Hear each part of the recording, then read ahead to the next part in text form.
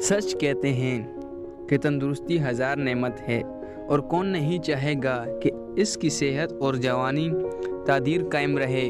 हम अपने क़ारीन को इस हवाले से एक नुस्खा बताने जा रहे हैं। मारूफ हकीमों के मुताबिक हर तीसरे दिन हाथों और पाँव के नाखून काटने चाहिए, थोड़े थोड़े ही क्यों ना हों, और इन पर सरसों का तेल लगाएं।